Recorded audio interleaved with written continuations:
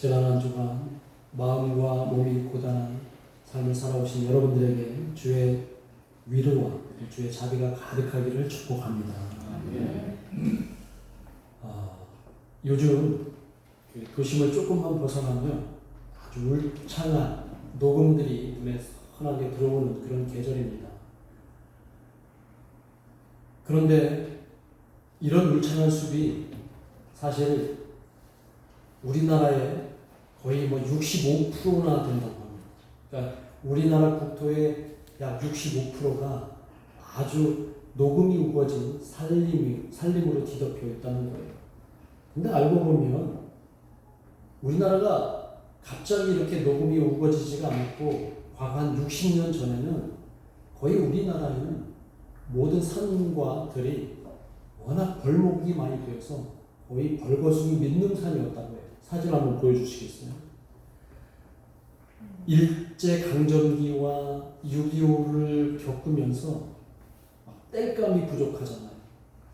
그 다음에 겨울철 되면은 난방을 해야 되니까 온 나무를 이 나무를 잘라서 자신들의 생계 유지를 위해서, 삶의 유지를 위해서 이렇게 사용하다 보니까 저렇게 완전 민둥산이 돼버리고 벌목한 그 자리에는 구루터기만 남아있다. 그런데 지금은 어떻게 돼요? 그 사진을 한번 보세요. 지금은 우리가 조금만 도심을 벗어나면 저렇게 울창한 숲과 또 울창한 산림 이런 것들을 발견하게 됩니다. 그동안 관리를 잘하는 면도 있지만 자연의 힘으로 아무리 사람이 관리를 잘한다고 해서 전 국토의 65%가 저렇게 산림이 우거지고 녹음이 우거지는 그런 자연이 회복되지는 않겠죠. 그러니까 저절로 지금의 숲을 이루는 거나 마찬가지라고 하는 거예요.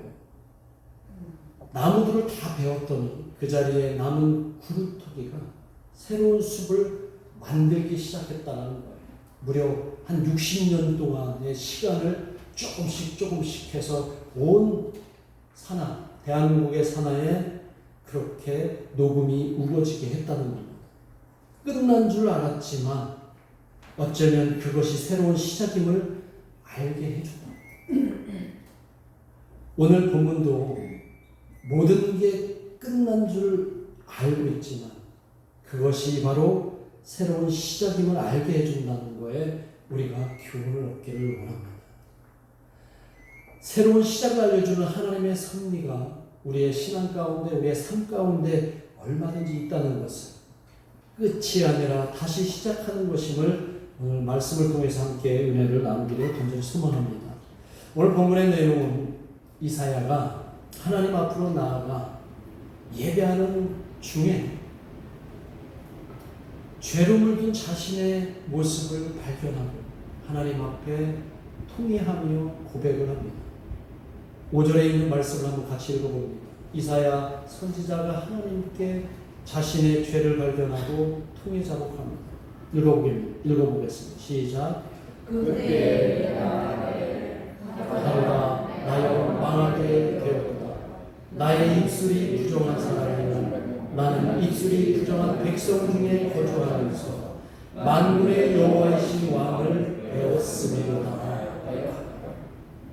죄로 물든 자신이 거룩한 하나님을 뵈니 너무 두렵다는 거예요.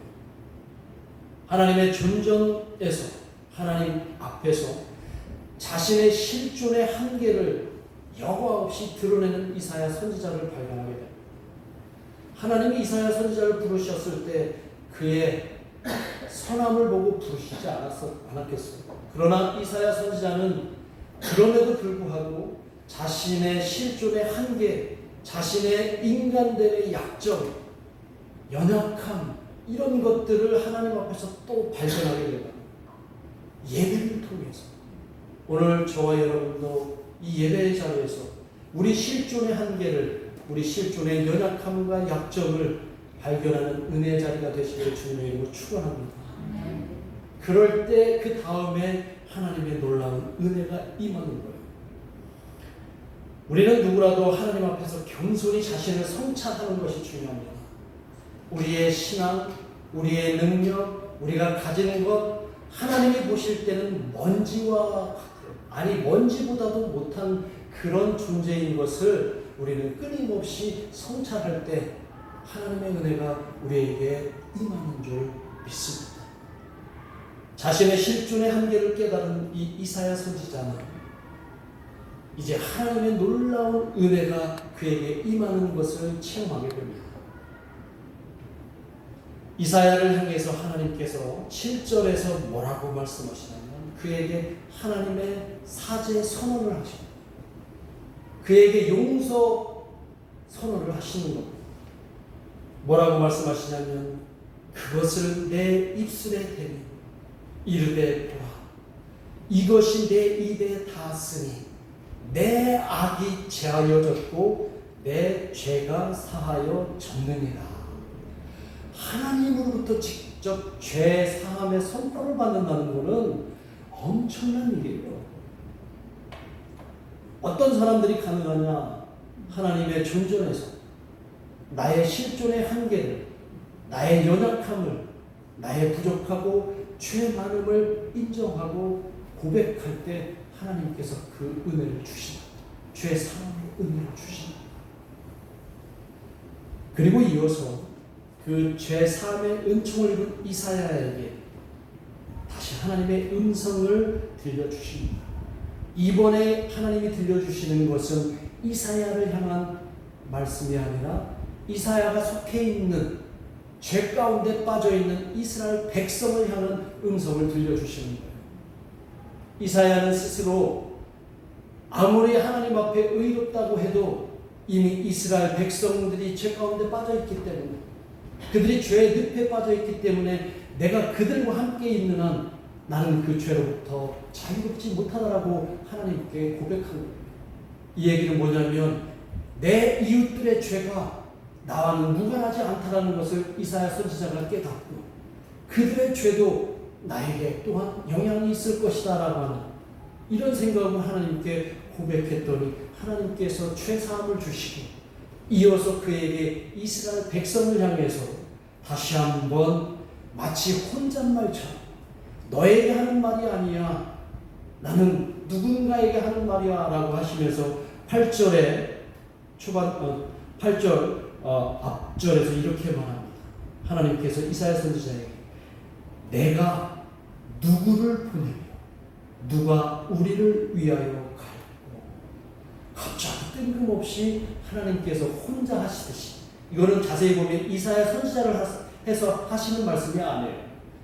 뭐 이사야 선지자에게 하는 말씀이라면 너가 나를 위해서 가고 우리를 위해서 가라 이렇게 얘기를 하는데 하나님이 도대체 누가 나와 우리를 위해서 갈고 이렇게 얘기를 하신다. 그런데 누가 우리를 위하여 갈 것인가 이렇게 혼잣말처럼 하시지만 그 말씀의 대상이 누구라고요? 이사야 선지자예요. 이사야 선지자. 이사야 선지자는 자신에게 하시는 이야기라고 들을 수밖에 없습니다. 이미 사죄의 은총을 입은 이사야 선지자, 너무나 감격하고 있는 이사야 선지자는 조금도 망설임 없이 8절 후반절에서 이렇게 얘기합니다.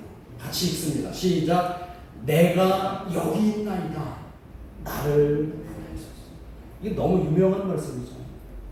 내가 여기 있나이다. 나를 보내소서. 죄사함에 감격스러운 이 이사야 선지자 하나님으로부터 이제 소명을 받고 바로 이어서 내가 여기 있나이다. 나를 보내소서. 얼마나 멋지지 않나요? 그죠?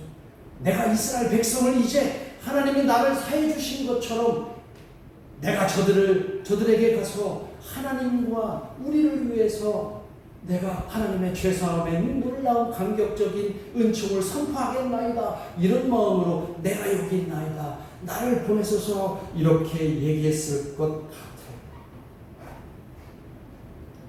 자신에게 하나님께서 허락하신 그 사죄의 은혜가 이스라엘 죄 가운데 빠져있는 이스라엘 백성에게도 똑같이 적용되기를 바라는 마음으로 내가 여기 있습니다. 나를 보내소서라고 했던 그 이사야 선지자를 보면서 와, 정말 한 백성을 하나님 앞에 온전히 이끌 지도자로서의 기계와 또 능력과 용기와 담대함이 있구나 제가 본받고 싶습니다. 저는 그럴 용기와 담대함도 없습니다. 왜 이렇게 저는 하나님 앞에 너무나 죄송합니다. 속어를 사용해서 희쭈구리한지 모르겠죠. 하나님 앞에 제대로 이런 이사야의 혹이나 이사야의 기계나 이사야의 담대함 그런 것을 보이지 못해서 이 말씀을 준비하면서 얼마나 부끄러운지도 아무튼 이사야 선지자는 아주 호기스러운 그런 태도로 하나님 앞에 반응을 보였더니 하나님께서 바로 이어서 다음과 같은 말씀을 하시는데 그 말씀에 이사야는 충격에 맞습니다. 하나님이 그 다음 들려준 말씀이 뭐냐면 이사야야 너 빨리 가서 저 죄 가운데 빠져있는 이스라엘 백성들에게 빨리 돌아오게 해라. 저들을 내가 다 구원하겠노라. 이런 말씀이었으면 얼마나 좋았을까. 그런데 그 말씀이 아니라 정반대의 말씀을 하나님이 하시는 겁니다. 어떤 말씀이냐면 이스라엘 백성들에게 가서 너가 메시지를 전하되 너는 절대 그들을 기대하지 마라. 이런 얘기예요. 이스라엘 백성들을 기대하지 마라. 저들의 돌아올 리가 없다. 그리고 저들을 구원하러 네가 가는 게 아니라 오히려 저들을 더 궁지로 몰아넣고 완전히 괴멸시키기 위해서 너는 그들에게 가서 내가 전하는 말을 선포해라. 이런 말. 얼마나 충격적이야. 토부의 하나님, 헤세드의 하나님. 이 토부라는 말은 선하신 하나님, 헤세드의 하나님, 자비로우신 하나님. 그 하나님의 모습은 어디 가고 당신이 선택한 이스라엘 백성들을 완전히 괴멸시키겠다. 완전히 끝장내버리겠다. 저들을 이 땅에서 다 쓸어버리겠다. 이사야 네가 가서 그들에게 전해라. 이런 말을 하신다는 게 얼마나 충격입니까? 더 놀라운 것은 10절에 있는 말씀입니다. 10절에 있는 말씀은 혹여나 그들이 회개하고 돌아올까 봐 나는 걱정을 하고 있다. 너무 심각한 얘기를 하고 있죠. 그들이 혹여나 회개할까 봐 그들이 하나님 앞에 다시 돌아올까 봐 나는 걱정이 되니 너는 가서 그들에게 전하되 그들은 듣지 않을 것이고 보아도 보지 못할 것이고 이런 말을 그들에게 전하라. 이런 얘기를 합니다. 그러니까 이사야 선지자가 충격에 휩싸여서 하나님께 이렇게 다시 묻습니다. 11절 전반절에 보면은 주님 하나님 그럼 어느 때까지니까? 라고 얘기해요. 내가 저들에게 주님이 메시지를 선포하라고 했는데 언제까지 내가 그럼 저들에게 메시지를 선포해야 될까요? 약간 이사야 마음이 조금 처음 감격스러운 마음에서 많이 충격받아갖고 좀 비껴난 마음. 이스라엘을 구원하러 가는 것이 아니라 그들을 더 궁지로 몰라 괴멸시키는 일을 언제까지 제가 해야 됩니까? 라고 하는 마음. 그때 하나님께서는 아주 심플하게 대답을 하십니다. 이스라엘의 모든 주민들의 삶이 완전히 초토화가 될 때까지 라고 말씀하십니다. 그들이 완전히 초토화될 때까지, 그들이 완전히 괴멸될 때까지 너는 그들에게 가서 내가 하라고 전한 그 메시지를 전하라. 이 말은 뭐냐면 그들의 삶이, 그들의 살고 있는 땅이 완전히 민둥산이 될 때까지 내가 심판을 계속하겠다라고 하는 하나님의 의지가 담겨있는 말씀이에요. 이사야는 얼마나 혼란스러웠을까요? 그리고 제가 여러분에게 전하고 있는 이 순간에 여러분이 이 말씀을 대할 때도 얼마나 혼란스럽습니다. 하나님이 정말 이런 분이라고. 회개하고 돌아올 기회도 안 주시고 그들을 이렇게 몰아치신다고? 이렇게 냉정하시고 이렇게 매몰차신 분이라고? 그런데 굳이 이렇게까지 이스라엘을 그들에게 보내서 하실 필요가 있을까? 그들이 정말 미우시면 완전히 그들을 괴멸시키면 되는데 왜 굳이 보내셨을까? 여러분, 하나님께서 왜 이스라엘 백성들을 향해서 이런 극약 처방을 내리셨을까?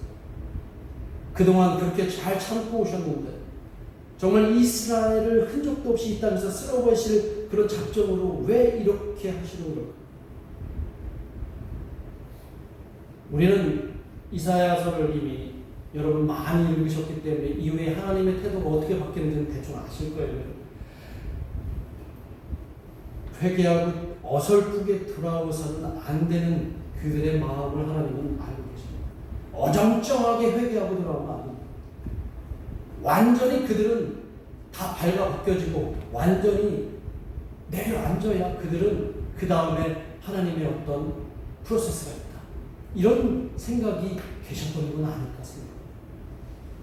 어정쩡하게 하나님께 회개하고 어정쩡하게 하나님께 나의 삶을 돌이켜서 이제 하나님을 다시 한번 사랑하겠습니다. 이런 어정쩡한 태도에 대해서 하나님은 분명하게 단호하게 말씀하시는 것은 아닙니다.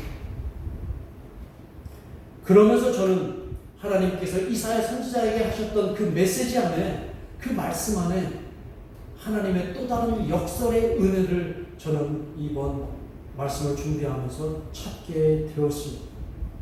그렇게 매몰차고 냉정한 하나님의 메시지 안에서 역설이 나오는데, 우리가 그렇잖아요. 사람을 대할 때 때론 보이는 마음과 실제 마음이 다를 때가 있지 않습니까? 아유, 저 사람을 보면 보이는 마음은 진짜 못됐어. 진짜 나빠. 그런데 그가 가지고 있는 실제 마음은 너무나 따뜻해. 너무나 은혜가 넘쳐. 이런 사람 있습니까? 없습니까? 겉으로는 냉정하고 냉철하고 하는데 안에는 너무나 한없이 따뜻하고 한없이 좋은 사람들이 있어요. 이런 사람들 뭐라고 얘기합니까? 이런 젊은 사람들이 뭐라고 얘기해요? 신조, 츤데레라고 해서 츤데레 들어보셨어요? 아유, 젊은 애들이 츤데레예요. 겉으로는 너무 쌀쌀맞아. 근데 알고 보면 너무 따뜻해. 말없이 따뜻하게 하고 이렇게 하는, 이 츤데레라는 말이 이것도 아세요? 일본에서 만들어진 신조어예요. 일본 말, 츤데레. 우리 하나님이 바로 그런 겉으로는 냉정하고 쌀쌀맞고 매몰차신데 사실은 그 안에 따뜻함을 안고 계시는 하나님을 이 역설의 은혜를 통해서 저는 발견하게 됩니다. 어디서 발견하느냐? 8절에 한번 보세요. 하나님이 이사야에게 이렇게 말씀합니다. 내가 누구를 보내면 누가 우리를 위하여 갈고, 이렇게 이사야 선지자에게 물어요. 정말로 이스라엘 백성이 믿고 정말로 그들이 이 세상에서 다 사라지기를 원하셨다면 굳이 하나님이 이사야 선지자에게 이렇게 물으시죠. 누가 갈 거냐? 저들에게. 이사야에게 묻기 전에 그들을 그냥 끝내셔도 되는 거예요. 굳이 뭔가 이스라엘 백성과 하나님하고 연결된 어떤 그 끈을 하나님이 자르지 않겠다는 의미도 아닐 거예요. 그러니까 너라도 한번 가. 이스라엘 백성에게 가. 내 의중을 분명하게 전해라.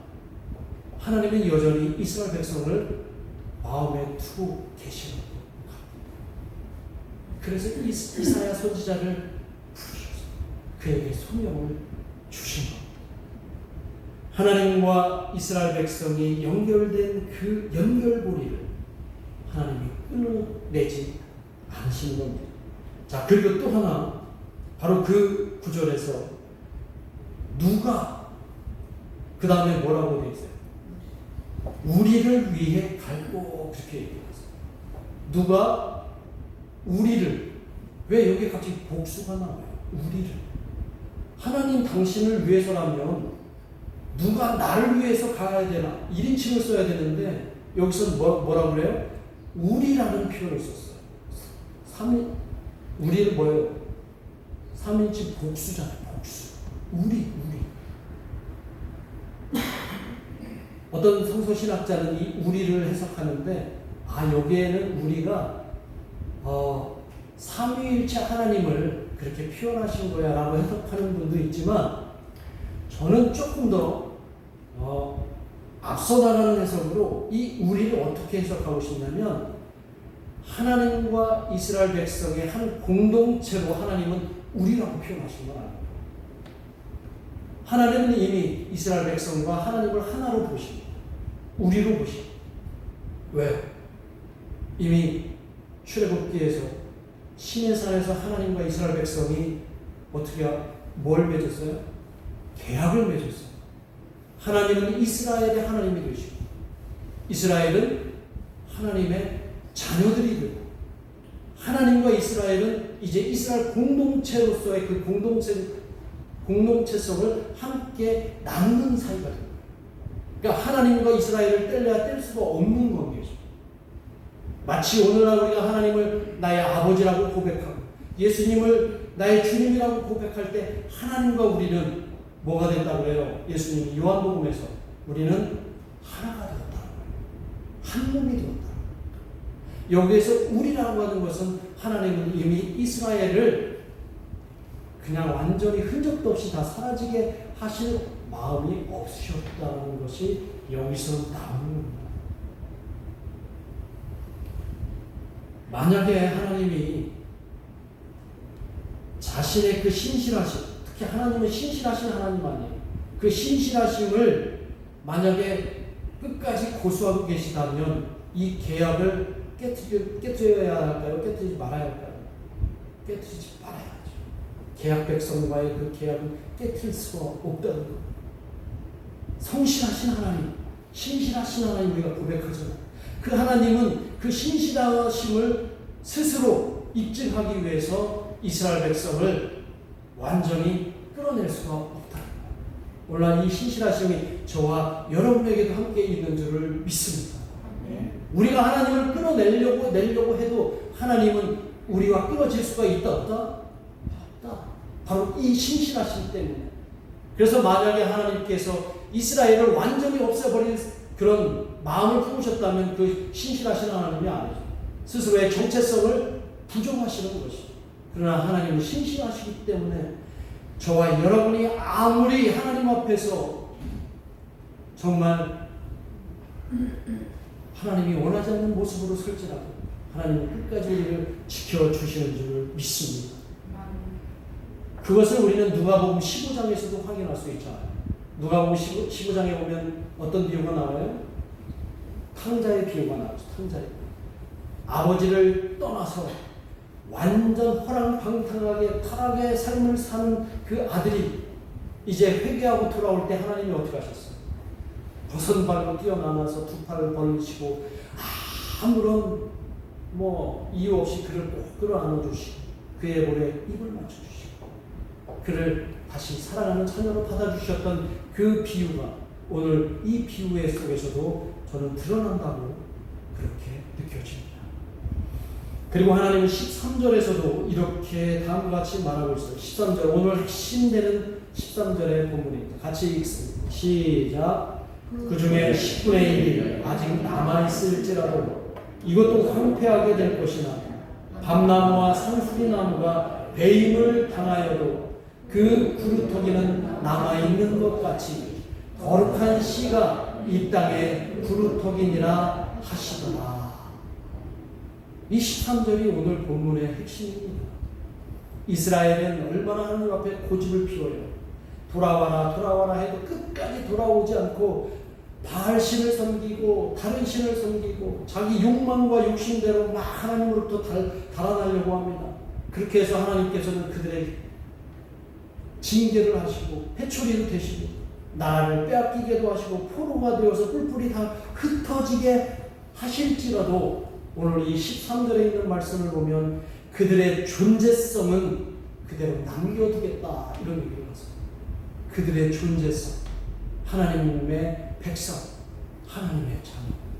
오늘 우리에게는 그리스도인이라고 하는 이 놀라운 은혜, 이것은 남겨두시겠다라고 하는 거예요. 그리고서 하나님은 다시 새로운 판을 짤 수 있는 거룩한 씨를 남겨두겠다. 그 존재성을 남겨두겠다. 그것이 바로 뭐예요 오늘? 구루터기. 한번 구루터기 사진 한번 띄워 올려주세요. 저게 살아있는 걸까요? 죽은 걸까요? 이파리가 없어서 광합성 작용을 할 수 없어서 저건 아마 죽었다고 다들 생각하지만 놀랍게도 저 안에 생명력이 있다는 거예요. 저 구루터기가 처음에 보여드렸던 울창한 숲을 만드는 그 시작이 됐다는 거예요. 오늘 하나님이 말씀하시는 구루토기가 바로 저 구루토기예요.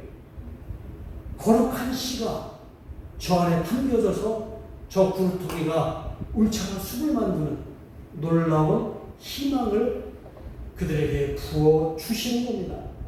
구루토기는 나무를 자르고 남은 밑둥이죠. 그러나 사실 그곳에는 새로운 생명이 돋아나는 시작이 된다.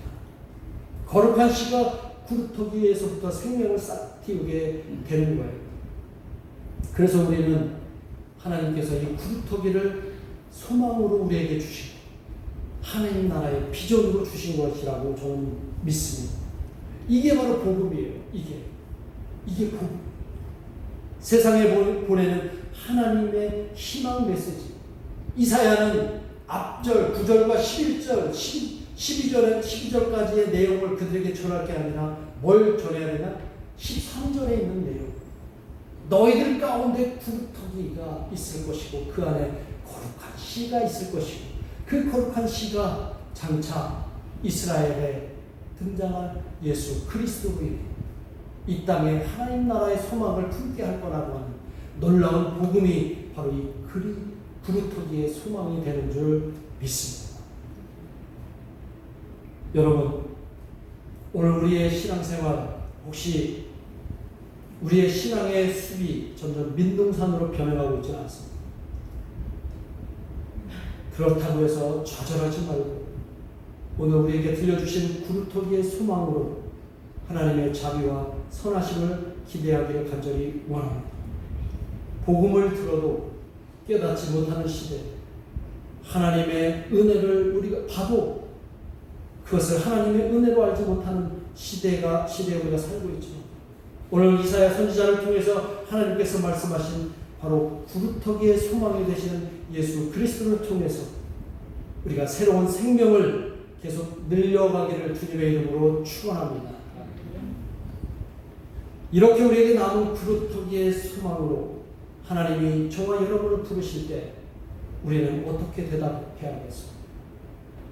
어떻게 대답해야 되겠습니까? 주님, 내가 여기 있어.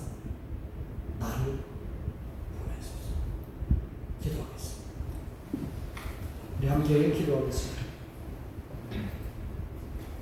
나는 지금 민둥산처럼 모든 나무가 베어져 버린 그런 황무지 같은 시대에, 신앙의 시대에 살고 있지만 우리도 그들과 교환되는 데서 똑같이 그렇게 사라져가는 존재로 남을 것인지 아니면 구루토기의 소망을 부르는 거룩한 씨를 부르는 자들로서 하나님 나라의 비전을 우리가 온 세상에 알리는 자로 살아가고 싶습니다. 이 시간에 우리가 분명히 하나님 앞에 고백하고 하나님 앞에 이렇게 고백하기를 원합니다. 주님, 제가 여기 있습니다.